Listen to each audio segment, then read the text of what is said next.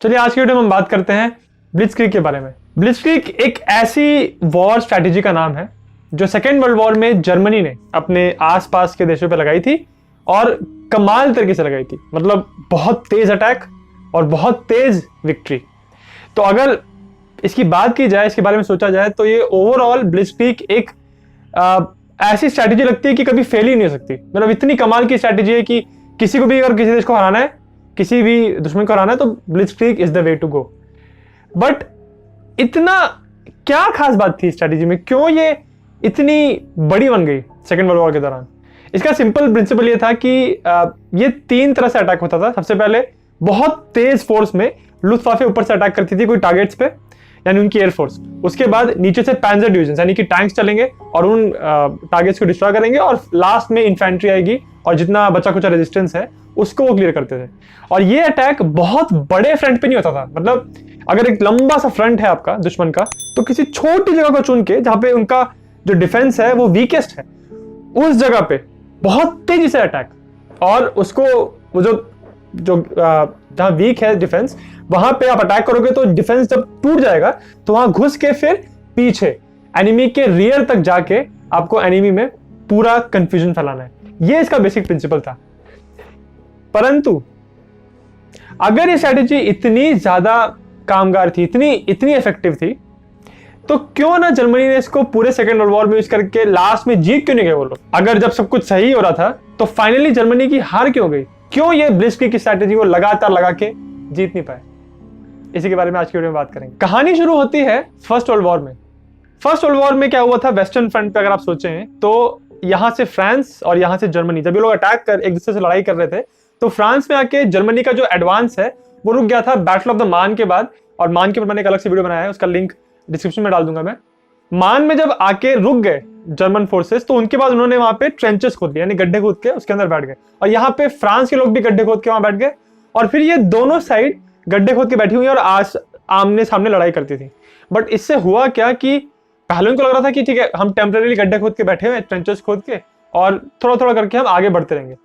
पर ऐसा हुआ नहीं। दोनों साइड्स सालों तक, मतलब लगभग 3-3.5 साल तक ट्रेंचेस खुदे हुए थे और वो उसको तोड़ ही नहीं पाए। इतना भयंकर वहां पे वो ट्रेंच वॉरफेयर इतना बड़ा बन गया था। और इसी वजह से दोनों साइड्स के जो जनरल्स थे, मिलिट्री लीडरशिप थी, वो परेशान थी बहुत। उनको लग रहा था कि यार ये इस तरह से लड़ाई नहीं हो सकती, क्योंकि इसमें सिर्फ नुकसान हो रहा है, सिर्फ आप अपना मटेरियल यूज कर रहे हो, अपने फौजियों को गवा रहे हो आप जो इतने ट्रेंचेस में हैं, और बुरी हालत है वहां पे फौजियों की। हर तरह से दोनों साइड्स के नुकसान था इसमें, और इसमें कुछ भी डिसाइसिव नहीं था। तो इसीलिए दोनों साइड के लीडर सोच रहे थे कि किसी ना किसी तरह से ये ट्रेंच वॉरफेयर का जो डेडलॉक है, ये जो स्टेलमेट होकर रखा है, उसको तोड़ना है। तो इसीलिए नई नई स्ट्रैटेजी वो लोग सोच रहे थे। तो उसी समय ये ब्लिट्जक्रीग का जन्म हुआ। और बहुत इंटरेस्टिंग बात है एक्चुअली, जर्मनी के आर्मी के, उनके मिलिट्री के लिटरेचर में कहीं भी ब्लिट्जक्रीग वर्ड का इस्तेमाल होता ही नहीं है। ये डॉक्ट्रिन जो है, ये एक ऑफिशियल डॉक्ट्रिन नहीं थी। इस ऑफिशियल डॉक्ट्रिन का नाम कुछ और था। बट वेस्टर्न ताकतों ने, यानी एलाइड फोर्सेस ने, जब देखा कि सेकेंड वर्ल्ड वॉर में इतना तेजी से अटैक किया जर्मनी ने और सबको जीतते चले गए, तो उन्होंने इस तेज सक्सेस को जो जर्मनी ने हासिल की थी, उसको ये इन लोगों ने नाम दिया ब्लिट्जक्रीग। तो सेकेंड वर्ल्ड वॉर की शुरुआत में ब्लिट्जक्रीग को यूज करके जर्मनी ने कोहराम मचा दिया था। तो पहले उन्होंने अटैक किया 1939 में पोलैंड पे, उसके बाद नॉर्वे, उसके बाद लो कंट्रीज यानी आपका हॉलैंड आ गया, बेल्जियम, और उसके बाद फाइनली वो लोग आ गए फ्रांस के अंदर। अब फ्रांस पे जो उनका अटैक था, ये बहुत ही वाइटल, बहुत क्रिटिकल अटैक था, क्योंकि फर्स्ट वर्ल्ड वॉर में फ्रांस ही वो कंट्री था जिसने जर्मनी के एडवांस को रोक दिया था बैटल ऑफ द मान के बाद। तो जब फ्रांस में वो लोग घुसे तो पूरी दुनिया की नजर थी कि यहां पे जर्मनी क्या करती है। ये अब उस कंट्री पे अटैक कर रहे हैं जिस कंट्री ने इनको फर्स्ट वर्ल्ड वॉर में हराया था। परंतु ना सिर्फ जर्मनी ने फ्रांस को हराया, बल्कि सिर्फ 6 हफ्तों में इतने विशाल कंट्री को, उनकी जो कैपिटल है पेरिस, 6 हफ्तों में उन्होंने पेरिस पे कब्जा कर लिया था। और ये देख के पूरी दुनिया हैरान हो गई कि यार ये क्या कर रहे हैं German forces, what are they doing, how are they so effective? उसका आंसर फिर से एक वर्ड में था, ब्लिट्जक्रीग। उन्होंने जो फ्रांस का जो मिलिट्री डॉक्ट्रिन था, उनकी लीडरशिप थी, वो जानती थी कि फर्स्ट वर्ल्ड वॉर में वो जीते हैं ट्रेंच वॉरफेयर को यूज करके। तो उनकी जो लीडरशिप थी वो सोच रही थी कि हमको यही चीज आगे कंटिन्यू करनी है। अगर कभी आगे जर्मनी हमसे लड़ाई करती है तो हम यही डिफेंसिव स्ट्रेटजी यूज करके जर्मनी को हराएंगे। इसीलिए उन्होंने अपना बहुत सारा मिलिट्री एक्सपेंडिचर फोकस कर दिया था एक डिफेंसिव फोर्टिफिकेशन बनाने के लिए, और इसका नाम था मैजिनो लाइन। इसके बारे में एक अलग से वीडियो मैंने बनाया है। मैजिनो लाइन दरअसल एक लाइन थी, मतलब एक प्रॉपर लाइन नहीं थी, बट बहुत सारे उसमें फोर्टिफिकेशंस थे जो जर्मनी के बॉर्डर के पास थे, फ्रांस और जर्मनी के बॉर्डर के बीच में। और वो फ्रांस की जमीन पे इसलिए बनाए गए थे ताकि अगर कभी फ्यूचर में फिर से जर्मनी के ऊपर अटैक करता है तो ये मैजिनो लाइन इतना तगड़ा फोर्टिफिकेशन है कि ये जर्मन एडवांस को रोकेंगे। और जब तक उन्होंने जर्मन एडवांस को रोक के रखा है तब तक ये सारी जो फोर्सेस हैं फ्रेंच फोर्सेस को इकट्ठा करके वो काउंटर अटैक कर पाएंगे। ये पर्पस था मैजिनो लाइन का। ये लोग को अक्सर गलतफहमी होती है कि मैजिनो लाइन ही उन्होंने बना के रखी थी कि यहीं से हम सारे लोगों को भगा देंगे, ऐसा नहीं था। It was just a way to stop the German advance, ये सोच के उन्होंने बनाई थी। बट मैजिनो लाइन की प्रॉब्लम क्या थी कि वो आर्डेन फॉरेस्ट के बीच में वो बहुत कमजोर थी, और आर्डेन फॉरेस्ट के थ्रू ही जर्मन पैंजर्स ने अपना स्ट्रॉन्गेस्ट अटैक किया। और इस अटैक में आर्मी ग्रुप ए ये जर्मन एडवांस कर रहा था फॉरेस्ट के थ्रू, और बहुत सारे फौजी जंगल के थ्रू टैंक चलाते हुए फ्रांस के अंदर घुस गए। और ये लोग रुके नहीं, फ्रांस में आने के बाद ये लगातार आगे बढ़ते चले गए। ओपन कंट्री, मतलब पूरा खुला मैदान था, और लगातार ये आगे बढ़ते चले गए। और कुछ ही दिनों के अंदर ये पहुंच गए कहां पे, इंग्लिश चैनल के पास पहुंच गए। ये आप मैप देखेंगे तो एक लंबा सा स्ट्रेच है, वो पूरा पहुंच गए इंग्लिश चैनल पे। और वहां पे जाके उन्होंने डनकर्क के बीच पे फ्रेंच और ब्रिटिश फोर्सेस को घेर लिया पूरी तरह। जर्मनी की इतनी शानदार मिलिट्री सक्सेस देखने के बाद बहुत लोगों को ये लगा, और आज भी लगता है एक्चुअली, कि जर्मनी के पास कोई सुपीरियर बहुत जबरदस्त फायर पावर था, या फिर उनके पास टैंक्स बहुत तगड़े थे। हालांकि थोड़ा एडवांटेज था, जर्मन पैंजर डिवीजन अच्छे थे, ज्यादा कॉन्सेंट्रेटेड थे। उसके बाद जो जर्मन लीडरशिप थी वो ज्यादा इनोवेटिव तरीके अपनाती थी, तो वहां पे उनके पास एडवांटेज था। बट फ्रेंच मिलिट्री के पास भी बहुत सारे फौजी थे, और उनका फायर पावर भी कमजोर नहीं था। उनके पास बहुत तगड़ी आर्टिलरी गन्स थी।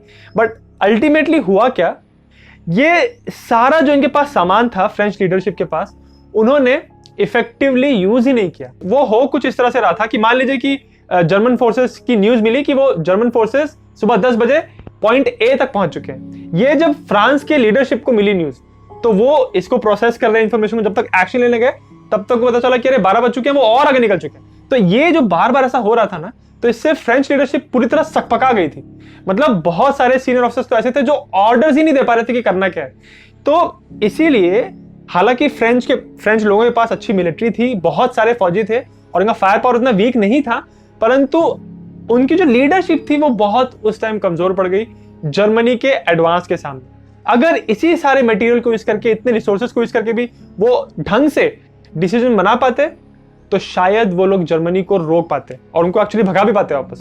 बट फ्रेंच लीडरशिप पूरी तरह से पैरालाइज हो चुकी थी। एक बहुत फेमस बुक है द ब्लिट्जक्रीग लेजेंड, जिसमें जो राइटर है कार्ल हाइंज फ्राइजर, उन्होंने बताया कि कितना नजदीक आ गए थे जर्मन लोग ब्लिट्जक्रीग को फेल होने के लिए। मतलब ऐसा हो गया था ऑलमोस्ट जर्मन ब्लिट्जक्रीग फेल हो जाता फ्रांस में आके, अगर फ्रेंच लीडरशिप इतनी बुरी तरह स्क्रू अप नहीं करती, मतलब इतनी बुरी तरह परफॉर्म नहीं करती।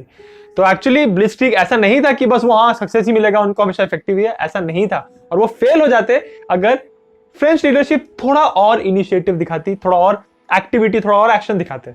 और इसी वजह से ब्लिट्जक्रीग का सक्सेस का बहुत बड़ा रीजन था जर्मन लोगों का लक। उनके मिलिट्री कमांडर्स की जो टेक्निक थी, जो स्ट्रैटेजी थी, वो बहुत ज्यादा इस चीज पे रिलाय कर रही थी कि उनका लक उनका साथ देगा, और उनके लक ने उनका साथ दिया। तो अल्टीमेटली देखा जाए तो ब्लिट्जक्रीग ने पूरी तरह मदद की जर्मनी की स्टार्टिंग में, और इतना तेजी से कंट्रीज को हराने के लिए। बट अगर ये इतनी इफेक्टिव स्ट्रैटेजी, तो ये फाइनली फेल क्यों हुई? और स्पेशली जब सोवियत यूनियन में ऑपरेशन बारबारोसा किया, तो वहां पे जाके ब्लिट्जक्रीग ये इस स्ट्रैटेजी में क्या कमी आ गई, या कहां प्रॉब्लम हो गई कि ये फेल हो गई? इसके दरअसल दो ब्रॉड रीजंस हैं। पहला रीजन होता है किसी भी ऐसी स्ट्रैटेजी जिसमें आप बहुत तेजी से एनिमी पे अटैक कर रहे हो, उसके लिए आपको चाहिए होते हैं रॉ मटेरियल, यानी कि ऐसी चीजें जो आपकी वॉर मशीनरी को चला के रख रही हैं, यानी ऑयल सबसे इंपॉर्टेंट। उसके अलावा जो भी रॉ मटेरियल, जो पार्ट्स लगने वाले हैं, कुछ डैमेज हो रहा है तो उस चीज को रिप्लेस करने के लिए। उसके अलावा जो आपकी जो इन्फेंट्री, आपकी जो इतनी मैकेनाइज्ड आर्मी आगे बढ़ रही है, उनको फीड करने के लिए, उनको सप्लाईज पहुंचाने के लिए, मेडिकल सप्लाईज, खाने पीने का, कपड़ा, ये सारा सामान आपको लगातार सप्लाई करना होता है आपकी अटैकिंग आर्मी को। ये पहला रीजन होता है। और दूसरा रीजन ये है कि क्यों फाइनली ब्लिट्जक्रिग उतना सक्सेसफुल नहीं हो पाया, क्योंकि धीरे धीरे धीरे एलाइड कंट्रीज जो थी वो समझने लग गई थी कि कैसे ये हर बार जर्मन फोर्सेस स्पीड का इस्तेमाल करती हैं, और अगर इनकी स्पीड को तोड़ दिया जाए तो हम इनको ना सिर्फ रोक सकते हैं बट काउंटर अटैक भी कर सकते हैं। और यही होने लग गया था। तो चलिए पहले बात करते हैं फर्स्ट पॉइंट की, यानी रॉ मटेरियल्स की। जब जर्मनी ने शुरू में अटैक शुरू किया था फर्स्ट वर्ल्ड वॉर के स्टार्टिंग में, पोलैंड के ऊपर, नॉर्वे के ऊपर, बाद में फ्रांस के ऊपर, इन सारी कंट्रीज पे जब वो तेजी से अटैक करते थे तो उनके पास, उनके फेवर में जो बहुत बड़ी बात थी वो ये था कि उनके पास रॉ मटेरियल्स की सप्लाई लगातार बनी हुई थी। और वो कहां से, उनको ऑयल कहां से मिल रहा था? सोवियत यूनियन से। जी हाँ, वो कंट्री जिनके साथ नाजीज ने एक पैक्ट कर लिया था, रिबेनट्रॉप मोलोटोव पैक्ट, जो कि उन्होंने 1939 में कर लिया था पोलैंड के अटैक्स के कुछ दिन पहले। तो इस वजह से ना सिर्फ जर्मनी और सोवियत यूनियन ने ये डिसाइड कर लिया था आपस में कि वो कैसे पोलैंड को डिवाइड करेंगे, बट और भी उनके ट्रेड एग्रीमेंट्स भी हुए थे और उसमें डिसाइड किया गया था कि जर्मनी की मदद करेंगे सोवियत यूनियन लोग। तो उन्होंने ऑयल दिया उनको, उसके अलावा उनको जो जर्मन फौजी थे उनको सप्लाईज मिल रही थी। ये बहुत सारी मदद सोवियत यूनियन ने की जर्मनी की, और इसीलिए जब वो फ्रांस में अटैक कर रहे थे तो उनको रॉ मटेरियल की उतनी प्रॉब्लम नहीं हुई। दूसरा रीजन ये था कि फ्रांस, अगर आप मैप में देखें तो जहां से उन्होंने एंट्री की जर्मनी ने, उसके बाद वो कैसे पूरा डैश करके फाइनली वो इंग्लिश चैनल तक पहुंचे, तो ये स्ट्रेच उतना लंबा नहीं है। बट अगर वही मैप आप जाके देखें जर्मनी और सोवियत यूनियन के बीच में, और स्पेशली सोवियत यूनियन का मॉस्को, तो ये जो प्लान था जर्मन फोर्सेस का, हिटलर का प्लान क्या था कि उसको ऑयल मिल रहा है सोवियत यूनियन से, बट अब उसको पता था कि वो अगर सोवियत यूनियन पर अटैक करने वाला है तो ये बहुत विशाल कंट्री है, मतलब दुनिया की सबसे बड़ी कंट्री थी वो। तो इतनी विशाल कंट्री, उसकी जो कैपिटल है मॉस्को, वो काफी अंदर है, तो वहां तक पहुंचने के लिए ये बहुत जरूरी था कि उसकी जो वॉर मशीन है वो रुके ना और उसको लगातार सप्लाई मिलती रहे। बट वो ये बात भी जानता था कि वो उतने जल्दी वहां पहुंच नहीं पाएगा। बट चूंकि हुआ ये था कि अभी तक जितने भी अटैक किए थे हिटलर ने, वो सारे अटैक्स के दौरान सोवियत यूनियन ने मदद की थी ऑयल देके हिटलर की। बट अब जब हिटलर सोवियत यूनियन को ही, मतलब जिनसे उसको ऑयल मिल रहा था, वहीं पर अटैक करने जा रहा है, तो ऑब्वियसली उसको ऑयल तो मिलेगा नहीं। तो उसको था कि यार इससे पहले कि हमारा ये ऑयल का प्रॉब्लम बड़ा हो जाए, हमको जाके सोवियत यूनियन की जो ऑयल फील्ड्स हैं उनको खुद ही कैप्चर कर लेना चाहिए, हम उसको अपने कंट्रोल में ले लेंगे, फिर वहां से हम अपने आप को सप्लाई करते रहेंगे। तो जब ये ऑपरेशन बारबरोसा का प्लान बन रहा था तो जर्मन सप्लाई कोर जो था, मतलब जो लॉजिस्टिक्स और सप्लाई का जो ध्यान रखते हैं, उन्होंने कहा हिटलर को कि जैसे ही आप रशिया के अंदर घुसोगे और वॉर डिक्लेयर कर दोगे, सोवियत यूनियन के अंदर, तो वो सिर्फ और सिर्फ पूरी जर्मन वेयरमार्क को 800 किलोमीटर के लिए ही सपोर्ट कर पाएंगे। मतलब एक बार आप अंदर घुसे बॉर्डर के तो 800 किलोमीटर चले गए आप, उसके बाद आपको अपना जो एफर्ट है, आपका जो एडवांस है, उसको रोकना पड़ेगा। उसके आगे ये कह दिया था जर्मन सप्लाई फोर्सेस ने कि वो अपनी आर्मी को, अपनी एयरफोर्स को सप्लाई नहीं कर पाएंगे, वहां रुक के कुछ हफ्तों का पॉज लगेगा, उसके बाद आगे बढ़ेंगे। ये बात कही थी जर्मन सप्लाई कोर ने, उनके लॉजिस्टिशियंस ने। पर अब ऐसा भी था कि अगर जर्मन सप्लाई कोर के ऑफिसर्स की उतनी इज्जत होती, उनको उतना दर्जा दिया जाता इंपॉर्टेंस का, तो शायद से इस ऑपरेशन को किसी अलग तरह से प्लान किया गया था। बट अल्टीमेटली उनकी बात नहीं मानी गई और फुल ब्लोन अटैक लॉन्च कर दिया गया सोवियत यूनियन के अंदर। और जैसे जैसे ये टैंक्स आगे बढ़ रहे थे, स्टार्टिंग में तो ऑब्वियसली जर्मनी को बहुत एडवांटेज मिला, जिसके बारे में एक अलग से वीडियो बनाऊंगा ऑपरेशन बारबरोसा के ऊपर पूरी तरह। स्टार्टिंग में बहुत तेज एडवांस था उनका, क्योंकि रेजिस्टेंस बहुत वीक था। बट जैसे जैसे वो अंदर जाते चले गए, तो पहले तो उन्होंने देखा कि जितना वो अंदर जा रहे हैं, उनकी जो सप्लाई कॉलम है, जो उनको ऑयल ला के दे रहा है, जो पूरी उनकी आर्मी सपोर्ट कर रही है, वो वहां तक पहुंच ही नहीं पा रहे थे। तो उनको धीरे धीरे सप्लाईज की कमी महसूस होने लगी। उसके अलावा उनको बाद में आके विंटर पड़ गया। अब सोवियत यूनियन का विंटर तो भाई दुनिया में कोई उनसे जीत नहीं पाया है। पहले नेपोलियन ने कोशिश की थी, बाद में हिटलर ने कोशिश की, बहुत बार अटैक्स हुए हैं सोवियत यूनियन के ऊपर, बट हर बार उनका विंटर उनको आके बचा लेता है। और यहां भी बिल्कुल ऐसा हुआ। एक तो पहले ही जर्मन फोर्सेस के पास सप्लाई की कमी थी, और उसके बाद ठंडी पड़ गई तो उनके टैंक सब बंद होने लग गए, और ये पूरा टाइम मिल गया आगे सोवियत यूनियन को अपने डिफेंसेस को रैंप अप करने के लिए। और जैसे जैसे जर्मन फोर्सेस अंदर घुस रही थी सोवियत यूनियन के, वैसे वैसे रेड आर्मी का जो रेजिस्टेंस था वो स्ट्रांग हो रहा था, क्योंकि इनका एडवांस धीरे हो गया था। और इसीलिए फिर धीरे धीरे खिसकते खिसकते जैसे ही मॉस्को यानी सोवियत यूनियन की राजधानी के बाहर पहुंच गए, जर्मन फोर्सेस, तब जाके एक डिसाइसिव बैटल हुआ जर्मन फोर्सेस और रेड आर्मी के बीच में, जिसमें रेड आर्मी ने जर्मनी को बाहर कर दिया। और ये एक बहुत ही क्रिटिकल, बहुत ही बड़ा टर्निंग पॉइंट था इस पूरे वॉर के लिए, जब ये प्रूव हो गया था कि लैक ऑफ सप्लाईज की वजह से कैसे एक ऐसी आर्मी जो इतना जीतते हुए आ रही थी सारी कंट्रीज को, यहां पे आके उनको बड़ी हार का सामना करना पड़ गया। उसके बाद ऑब्वियसली बैटल ऑफ स्टालिनग्राड तो सबसे बड़ा, सबसे एपिक, सबसे ऐतिहासिक बैटल था, जिसमें इतनी कैजुअलिटीज हुई बोथ जर्मन साइड की तरफ से, सोवियत यूनियन की साइड की तरफ से, बट अल्टीमेटली वहां पे भी रेड आर्मी की ही जीत हुई। तो 1943 तक आते आते एक के बाद एक जर्मनी को हार का सामना करना पड़ रहा था। और उनका जो उनका प्लान था कि इतने वाइड फ्रंट पे उनकी फोर्सेस एक साथ मूव करेंगी, वो पॉसिबल ही नहीं था, क्योंकि उनके पास रॉ मटेरियल ही नहीं पहुंच पा रहा था। ब्लिट्जक्रीग की सक्सेस के लिए रॉ मटेरियल एक बहुत क्रिटिकल कंपोनेंट होता है, बट वो नहीं था जर्मनी के पास, और इसलिए ये एक बहुत बड़ा रीजन था कि क्यों जर्मनी लगातार ब्लिट्जक्रीग को इस करके वॉर क्यों नहीं जीत पाई। ब्लिट्जक्रीग के फेलियर का दूसरा बड़ा रीजन है कि एलाइड फोर्सेस की बेहतर समझ इस टेक्निक के बारे में, और फिर उनका काउंटर अटैक। ये बात है 1940 की, जब जर्मनी इतना तेजी से फ्रांस के अंदर घुस गए थे आर्डेन फॉरेस्ट के थ्रू, और हाइंज गुडेरियन जो अपना पैंजर डिवीजन लेके इतना आगे बढ़ रहे थे, अपनी जो सप्लाई कोर को, अपनी इन्फेंट्री को उन्होंने पीछे छोड़ दिया था। तो उस समय ब्रिटेन के प्राइम मिनिस्टर विंस्टन चर्चिल ने भी कहा था कि ये एक ऐसा कछुआ है जिसने अपना जो गला है वो बहुत बाहर निकाल लिया है, उसके जो शेल होता है ऊपर, उसके बहुत बाहर निकल गया है, इसीलिए उसके गले को काट सकते हैं। तो इस वजह से अलाइड फोर्सेस ने क्या किया कि वो समझ गए कि अगर पैंजर डिविजन्स बहुत आगे निकल जाते हैं तो उनका घेराव किया जा सकता है। ये होता कुछ इस तरह से था कि मान लीजिए कि ये एक अलाइड पूरा फ्रंट है, ठीक है, और यहां से आके जर्मन फोर्सेस उनकी पैंजर डिविजन्स ऐसे अटैक कर रहे हैं, तो ये जो फ्रंट है वो ऐसा, इसमें हल्का सा गैप आ गया। जब गैप आ गया तो उस गैप को एक्सप्लॉइट करना जरूरी होता है, मतलब इस गैप को और बढ़ाना है आपको, जो अटैक कर रहा है वो। बट अगर इस गैप में दोनों तरफ अगर जो फोर्सेस है वो स्ट्रांग है, तो वो गैप पहले बना तो दिया उन्होंने, बट बाद में वापस इस गैप को ऐसा क्लोज कर सकते हैं।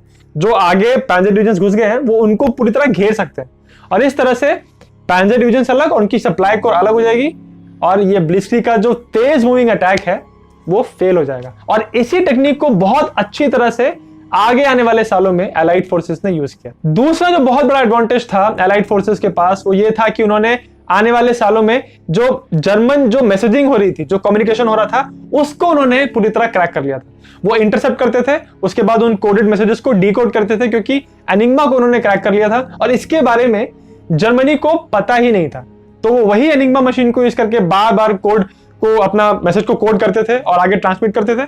उनको पता ही नहीं था क्योंकि मैसेज इंटरसेप्ट हो रहे हैं और डीकोड भी हो रहे हैं, और इस वजह से आसानी से एलाइड फोर्सेस को पता चलता था कि कहां पे अटैक होने वाला है, और वहां पे वो पहले से ही पूरा रेडी कर लेते थे। और इस तरह से हर बार जो जर्मन अटैक था वो धीरे धीरे धीरे करके इफेक्टिवनेस उसकी कम होने लग गई। तो अगर आपको पता चल चुका है कि जो ब्लिट्जक्रीग का एक बहुत फास्ट अटैक होने वाला है वो किस जगह पे होने वाला है, ऑब्वियसली आप उस जगह आपको तैयार कर लोगे, प्रिपेयर कर लोगे। ये चीज एक्चुअली सोवियत यूनियन ने भी की थी। जब उनको पता चला कि 1943 में जब बैटल ऑफ कर्स्क हुआ था, तो वो जानते थे, बहुत महीनों से जानते थे रशियन फोर्सेस कि यहां पे जर्मनी का अटैक आने वाला है। तो ऑब्वियसली उनके आने से पहले ही उन्होंने वहां पे पूरी माइन फील्ड लगा दी, बार्ड वायर लगा दिया और टैंक ट्रैप्स लगा दिए कि जो ये टैंक्स आएंगे वहां पे फंस जाएंगे, फौजी इतने तेज से आगे मूव ही नहीं कर पाएंगे। इस वजह से भी बैटल ऑफ कर्स्क में बहुत बुरी तरह इनको बहुत मुश्किल कंडीशन झेलनी पड़ गई थी जर्मन फोर्सेस को।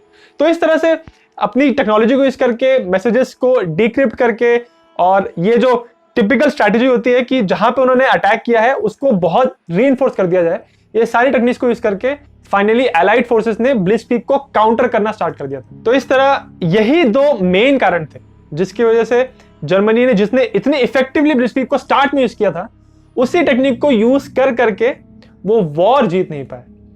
अगर आपको ब्लिट्जक्रीग के बारे में और जानना है और कैसे ये पूरा ये स्ट्रेटजी किस तरह से काम करती है, तो इससे रिलेटेड एक बुक है द ब्लिट्जक्रीग लेजेंड, उसका मैंने लिंक इस वीडियो के डिस्क्रिप्शन में डाला हुआ है। और अगर आप ब्लिट्जक्रीग के बारे में मेरा पहला वीडियो देखना चाहते हैं तो उसका भी लिंक मैं इस वीडियो के डिस्क्रिप्शन में डाल दूंगा। और अगर आपको ये मेरा वीडियो पसंद आया तो मेरे चैनल को सब्सक्राइब जरूर करें।